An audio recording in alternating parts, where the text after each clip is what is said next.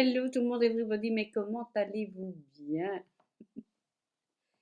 Quelle histoire! Mais quelle histoire cette vidéo qui, même pas sortie, suscitait déjà des polémiques et des procès d'intention. Alors ne vous tracassez pas, ne vous tracassez pas, il n'y a aucun procès d'intention là-dedans, il y a juste mon point de vue sur comment ça se passe sur les groupes Facebook et en quoi est-ce que certains groupes manqueraient peut-être de clarté et de transparence. Et voilà.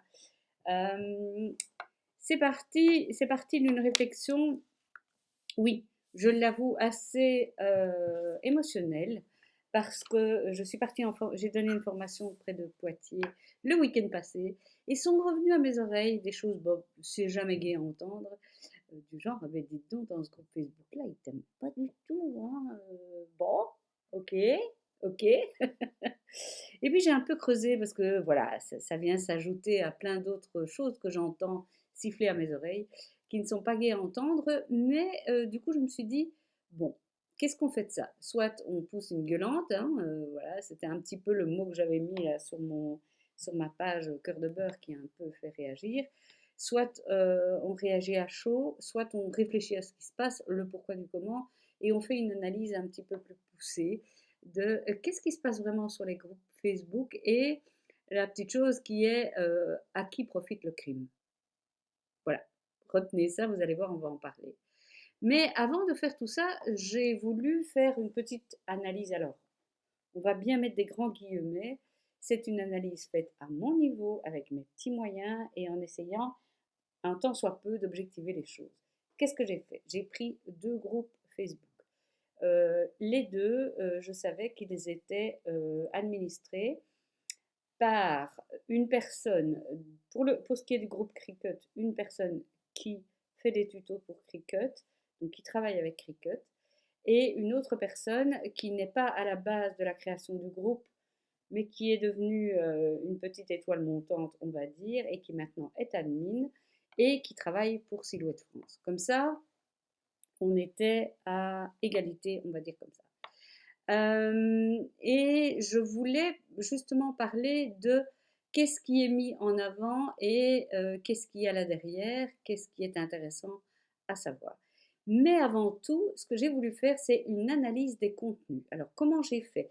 Et donc, euh, je vais bien vous expliquer comment j'ai fait, comme ça, vous, vous pourrez savoir dans quel cadre j'ai travaillé. Je n'ai pas analysé tout le groupe, j'ai analysé les 100 derniers posts auxquels j'ai eu accès, donc c'était hier, auxquels j'ai eu accès, et je les ai répertoriés en catégories. Alors, les catégories, j'ai fait ce qui m'apparaissait comme étant le plus parlant, mais venons-en tout de suite au tableau que j'ai fait suite à ça.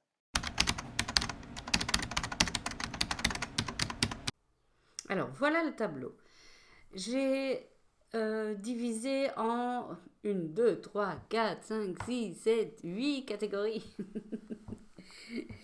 Et donc, chaque fois qu'un des postes entrait dans une catégorie, je mettais une petite barre. Tout simplement, voilà, j'ai mon carnet ici. En gros, voilà. Et donc, il y a la première catégorie qui est la catégorie logiciel. J'ai repris là-dedans tout ce qui était demande à propos d'utilisation du logiciel. Donc, comment faire un print and cut, je n'arrive pas à découper ça parce que j'ai mon cadre qui rentre pas, des choses comme ça. Vraiment liées au logiciel Silhouette ou Design Space. Et donc là, qu'est-ce qu'on voit? C'est qu'on est plus ou moins dans les mêmes chiffres, les questions reviennent, et c'est amusant parce que les questions qui reviennent sont souvent des questions similaires. Le matériau, la découpe. Là-dedans, j'ai repris toutes les personnes qui posaient des questions sur des matériaux, genre comment découpe-t-on du liège, comment découpe-t-on du balsa, est-ce que le flex pailleté de chez Action fonctionne bien, etc. etc. Sur quel réglage dois-je mettre ma lame pour découper tel matériau ou quel type de lame utiliser. Donc là, on est vraiment dans la découpe et le matériau. J'ai différencié ça du logiciel parce que malgré tout, c'est une seconde étape. Hein. On a les postes. Ah oui, et là, par contre, on voit qu'on est pratiquement à égalité. Hein. Les postes des admins. Alors, on voit que dans le groupe Silhouette, il y en a beaucoup plus que dans le groupe Cricut pour la simple et bonne raison que dans le groupe Silhouette, la personne Poste fréquemment des publicités pour des produits gratuits sur Creative Fabrica. Et comme c'est les produits qui sortent très souvent, à chaque fois elle le relaye. Donc forcément, elle a beaucoup plus de postes que de l'autre côté. Qu'y a-t-il dans les postes des admins? Il y a des publicités pour Cricut ou pour Silhouette. Il y a donc qu'elle relaye elle-même, vous allez voir, parce qu'il y a une différence avec ce qui est relayé en dessous. Euh, il y a donc des publicités pour Creative Fabrica dans un cas, des publicités... non, c'est tout, dans la publicité c'est ça. Et sinon, des petits avertissements, pour, des petits rappels à l'ordre sur les règles du groupe. Et qu'est-ce qu'il y a encore? je, je pense. Et oui, l'annonce de certaines formations, des choses comme ça. En gros, c'est ça. Et des formations données par Cricut ou par Silhouette. Ben ici, on est à deux partout, en gros. Montrer ses projets, alors là, c'est amusant parce que là, il y a vraiment une grosse différence. Il y a deux postes comme ça où il y a des grosses différences. Montrer ses projets sur Silhouette, il y en a 20 sur Cricut 34. Est-ce qu'on ose plus montrer ses projets Cricut? J'en sais rien, je ne sais pas, j'ai pas d'explication. Mais bref, montrer ses projets, c'est quand les personnes montrent des choses qu'elles ont faites, tout simplement. Euh, Petites annonces, revente bon plan. Là, ce sont des personnes, donc ce ne sont pas les admins, ce sont des personnes qui ont vu des chouettes publicités chez Cultura ou ailleurs, ou qui revendent eux-mêmes leur matériel, machine ou presse ou mug, parce qu'on arrête son affaire, des choses comme ça. Donc là, on est plus ou moins à égalité. Enfin bon, c'est pas énorme comme présence sur les postes. Les demandes de bonnes adresses, alors là, j'ai pas d'explication, vous en avez peut-être. Enfin, j'ai bien des petites idées, mais ce ne sont que des idées. Tiens, dites-moi où est-ce que je peux trouver du flex, floc, papier à bon prix, pas cher, voilà. Ou est-ce que vous avez des bons tutos à me renseigner? Est-ce que vous avez... Voilà. C'est plutôt ce genre de choses-là. Euh, donc dans le groupe Silhouette, il y en a plus que dans le groupe Cricut, mais ça peut être lié à plein de paramètres. Donc voilà, est-ce que chez Silhouette on ose plus demander que chez Cricut moins? Est-ce que on... J'ai pas, sur 100 posts, c'est pas, on pourrait pas faire une analyse fine. Mais donc voilà ce qui se passe. Et dans les demandes d'idées, c'est assez similaire. C'est j'ai l'anniversaire de ma maman, je voudrais faire un chouette truc, ou bien j'ai mon mariage. Est-ce que vous avez des idées? Est-ce que vous avez des choses à me montrer? En gros, voilà plus ou moins ce qui apparaît. Si, donc ici j'ai fait le comparatif. Si maintenant je reprends un tableau qui englobe tout, alors attendez, est-ce que je sais le déplacer? Non. Mais c'est pas bien grave, hein. On voit que sur 200 postes, hein, ah ben voilà, ça vient, voilà. Euh, on voit que ce qui vient en premier lieu, et c'est pas vraiment étonnant, quoique, moi je m'attendais à ce que logiciel et matériel de découpe soient en premier lieu. Évidemment, c'est parce que c'est quelque chose qui m'occupe moi. Et montrer ses projets, c'est finalement ce qui arrive en premier lieu. C'est vraiment le plus important. Et je pense que c'est une... quand je disais tantôt avec l'affectif et tout ça, je pense euh, c'est peut-être quelque chose qui rentre en ligne de compte. C'est qu'on a envie de montrer ses projets et aussi on a envie de voir les projets des autres. Parce que ça nous donne des idées, parce qu'on se dit que c'est possible, on se dit oh j'avais pas pensé qu'on savait faire ça. Donc le montrer ses projets est quelque chose qui est très important et je comprends. Après, donc là, on était dans je partage. Donc, je montre mes projets, les petites annonces, bon plan et tout ça, je montre. Et puis, on a aussi je demande. Et je demande, on va être alors là avec le logiciel et le matériel de découpe. Et on voit bien hein, que ça vient. Donc, le logiciel vient en second lieu des postes et le matériel de découpe juste en dessous. Euh, les postes des admins, bah forcément, c'est un petit peu logique qu'ils arrivent à ce niveau-là. Et puis les demandes de bonnes adresses, on est dans je demande. Et donc, les demandes de bonnes adresses, euh, c'est logique aussi, dans tout groupe, que ce soit des groupes Silhouette, Cricut ou autres, on aime bien avoir des bons plans, des bonnes adresses, etc. Donc, ces trucs-là, je trouve que ça se rejoint bien et on est évidemment aussi dans l'entraide et le partage. Voilà. Donc ça, c'était mon tableau de chiffres. Et je pense que vous et moi, on n'est pas bien étonnés en voyant ça. Évidemment que ce serait bien intéressant de voir ça avec plus de groupes sur une plus longue période. Mais bon, je ne suis pas statisticienne. Je voulais juste vous montrer ça parce que j'avais besoin, ne fût-ce que pour moi-même, d'objectiver les choses et de voir au fond qu'est-ce que les gens cherchent dans un groupe Facebook. Et je pense qu'on est un petit peu dans ce que chacun a en tête quand on dit pourquoi tu vas sur un groupe Facebook avec ta machine de découpe. Voilà. En gros, c'est ce que je voulais vous dire sur les chiffres. Et je trouvais ça important de les voir en tableau. Bien. Et maintenant?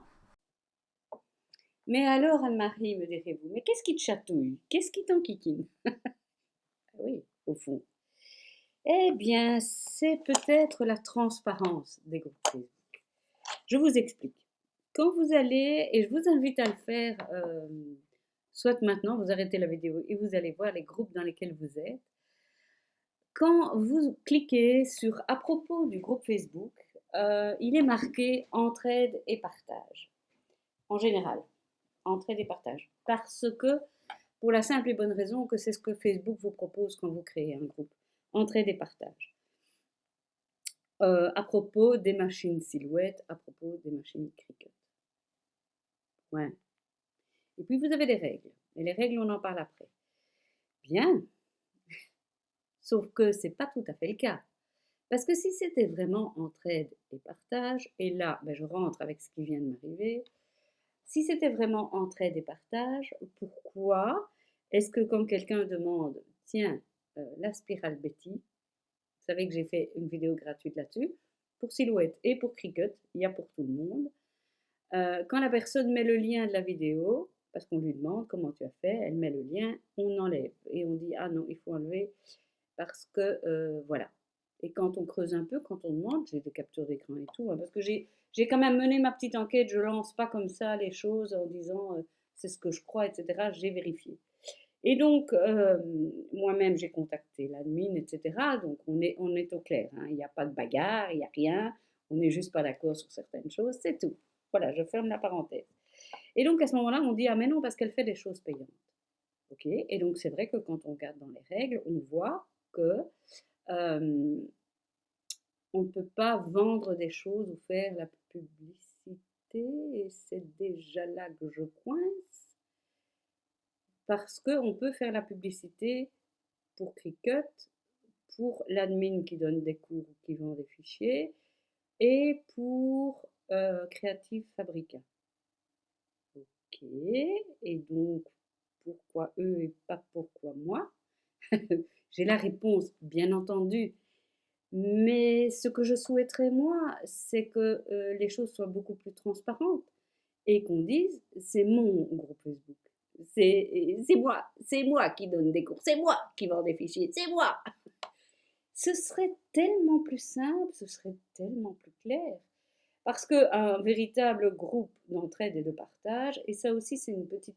Ça fait 3 fois que je tourne la vidéo, hein, donc il faut que je me souvienne de ce que j'ai pas encore dit. En France, en Europe, on a tendance à ne pas aimer parler argent. Or, il se fait que, je suis désolée, mais si maintenant j'étais amenée à faire un groupe Facebook, je pense que je serais très claire sur le sujet et je dirais, c'est mon groupe, c'est le groupe de Anne-Marie Cœur de Beurre. Donc, ne venez pas faire de la pub pour vos cours parce que je donne des cours, donc c'est comme si je sciais la branche sur laquelle je suis assise, ce serait clairement indiqué. Par contre, rien ne m'empêcherait de faire de la pub pour quelqu'un qui vend des fichiers parce que je trouve ces fichiers sont géniaux, etc., etc. Ça ne m'ennuierait pas, mais au moins les choses seraient claires. Une petite chose aussi que on ne dit pas vraiment, on cache un peu. Quand ces personnes-là font des tutos, des vidéos ou partagent des choses sur le groupe, elles vont partager des produits de chez Silhouette ou de chez Cricut. Je ne suis pas fâchée, hein. Je leur en veux pas, hein. Je leur en veux pas. Si elles font un tuto, elles vont dire utilisez le vinyle Cricut ou le vinyle Silhouette. Pour Creative Fabrica, ben, elles ont très souvent un partenariat avec eux, chose qu'on ne dit pas non plus. Donc forcément, à partir du moment où vous travaillez pour une marque, vous recevez des produits. Vous avez même parfois, pour certaines marques, et je ne parle pas des deux personnes ici parce que je ne connais pas leur contrat d'engagement avec les marques, mais je sais que pour certaines, puisque j'ai suivi des personnes qui en parlaient ouvertement, et c'est plutôt aux États-Unis d'ailleurs qu'on en parle plus facilement, ces gens-là le disent clairement, ils disent j'ai reçu ce matériau de Cricut ou de Silhouette, et voilà, et donc on me demande d'en parler, donc j'en parle. Les choses sont très très claires, hein, et donc c'est pas un souci. Sauf qu'à nous, je sais pas pourquoi ici, on le dit pas. On dit pas. Vous savez, si vous allez chez Creative Fabrica, j'ai un petit quelque chose. Si vous achetez les matériaux grâce à moi, j'ai un petit quelque chose. Il n'y a pas de honte à dire ça. Il n'y a vraiment pas de honte. Mais sachez que, voilà, ça existe aussi ça. Donc on va vous dire, prends plutôt les matériaux Cricut parce que vraiment, ils sont beaucoup mieux. Et quand tu commences, prends les matériaux Cricut parce que tu es sûr que tu ne vas pas rater. Vous et moi, on sait bien que c'est pas forcément vrai, hein, on est bien d'accord. Même chose avec les matériaux Silhouette, pour peu que votre vendeur les ait dans son coffre de voiture depuis longtemps, ben, ça va plus si bien, etc., etc. Donc, c'est une petite chose qu'il faut savoir. Je voulais faire la parenthèse là maintenant. Et aussi, si je disais, écoutez les amis, moi je suis affiliée Cricut ou affiliée Silhouette, les choses seraient très claires aussi. Pourquoi? Parce que du coup, moi ça ne me viendrait pas à l'idée d'aller sur un groupe. Peut-être pourrais-je poser la question en disant, écoutez, voilà, moi j'arrive pas à découper du balsa, est-ce que Cricut a une solution? Et pas commencer à dire qu'elles mettent ces machines, ils disent qu'on sait couper le balsa, et c'est même pas vrai. Ça ne me viendrait pas à l'idée, je poserais la question en disant est-ce que c'est envisageable ou un truc comme ça, mais je critiquerai pas. Voilà, c'est plus la même chose. Et c'est ce que je demande vraiment au groupe, c'est d'être transparent.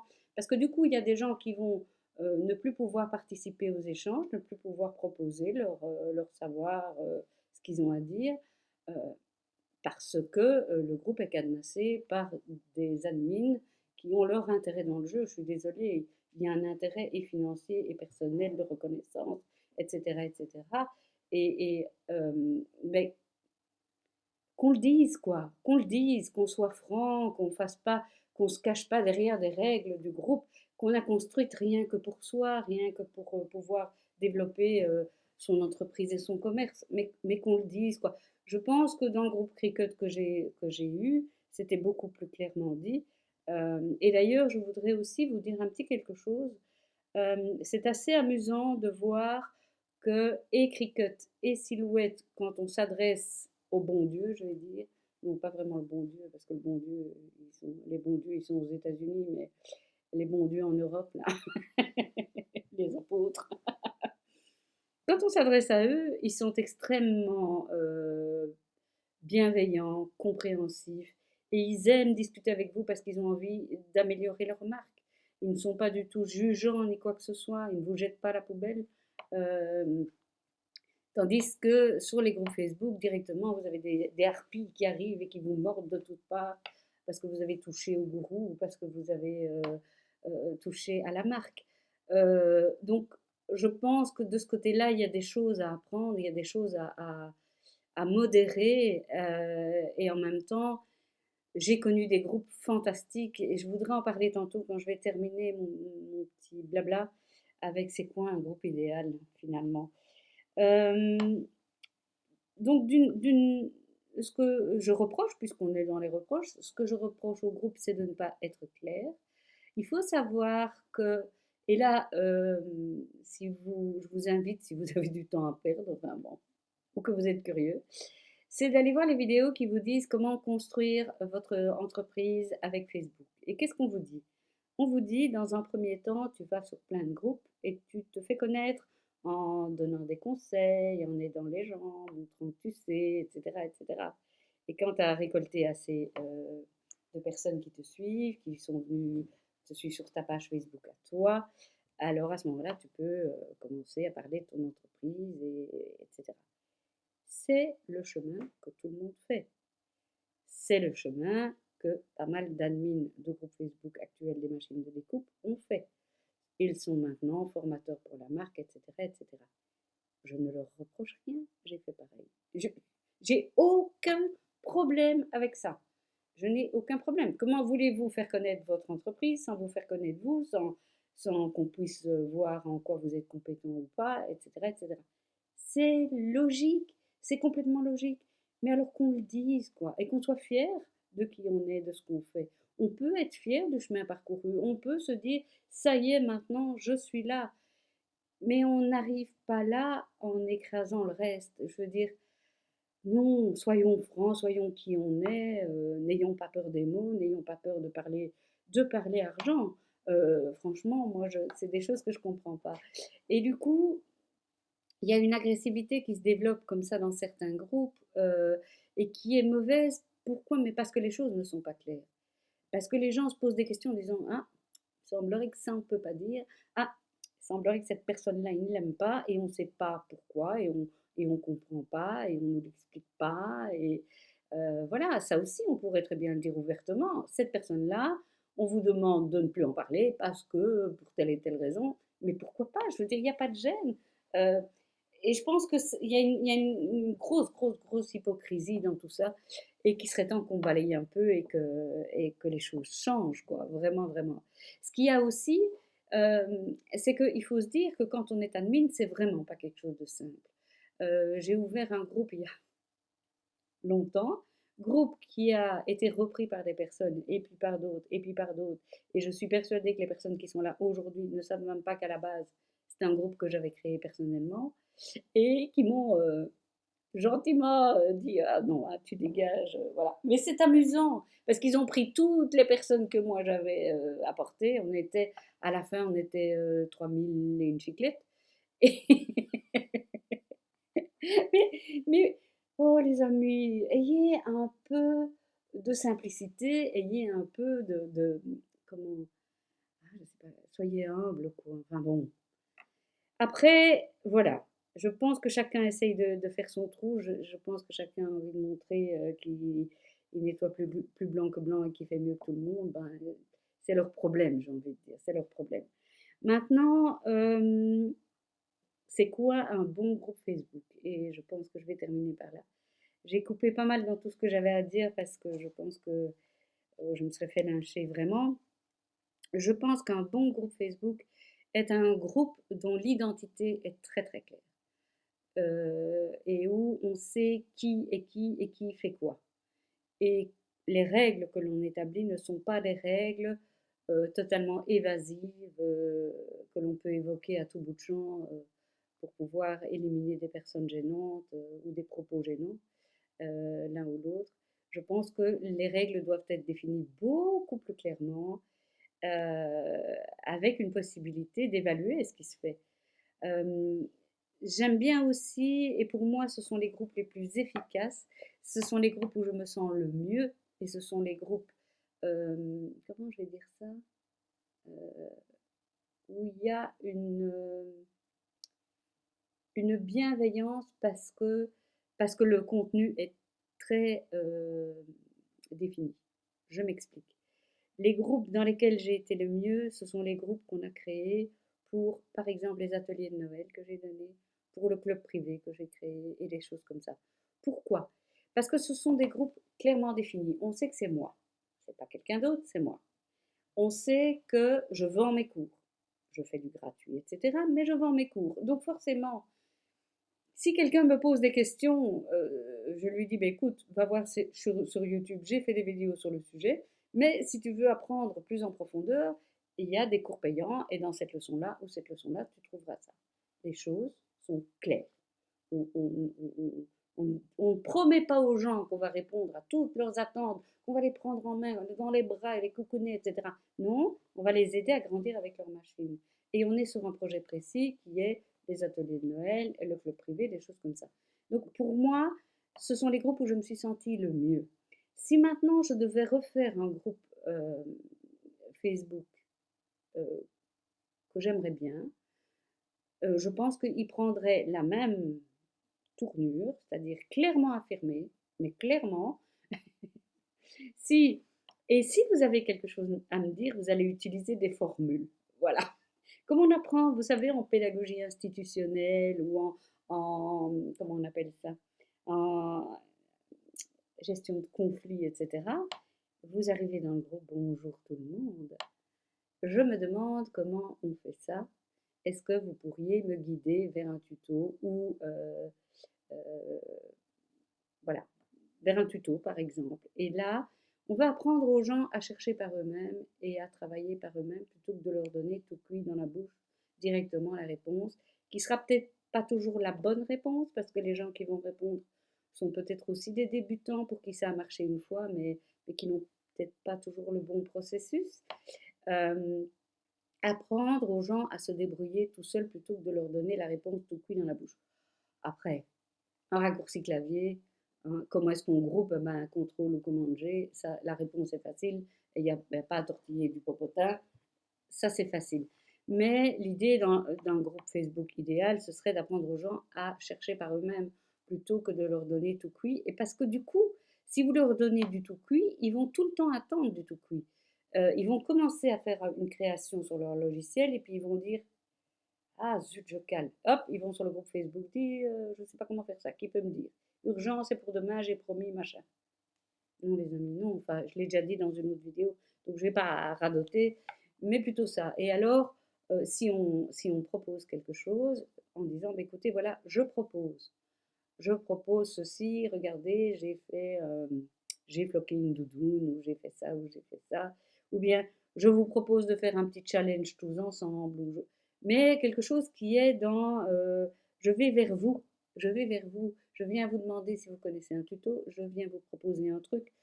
Si je suis fâchée, s'il y a un truc que j'ai pas compris, de dire, écoutez, je ne comprends pas pourquoi je n'arrive pas à découper du balsa, par exemple. Eh bien, on répondra, écoute, avec Silhouette, pour le moment, c'est vraiment compliqué de découper du balsa. Ça ne fonctionne pas, peut-être que ça va venir.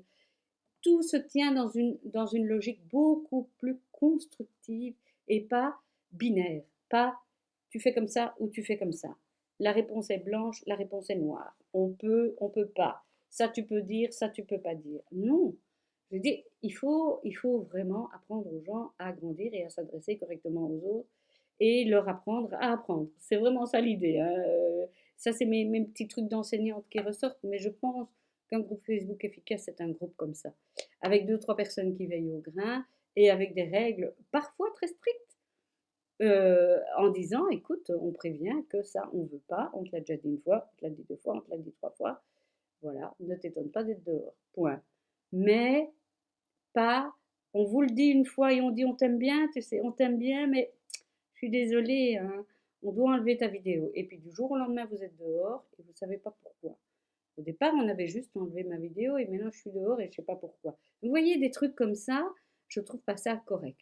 Je ne trouve pas ça correct du tout. Donc voilà, je pense que j'ai plus ou moins tout dit. Euh, oui, je vérifie de ne rien avoir oublié. Je ne pense pas. Donc, ce que je vous demande maintenant, c'est quand même, si vous avez des choses à dire, vous pouvez les dire, il n'y a pas de souci, mais dites-le correctement, soyez poli.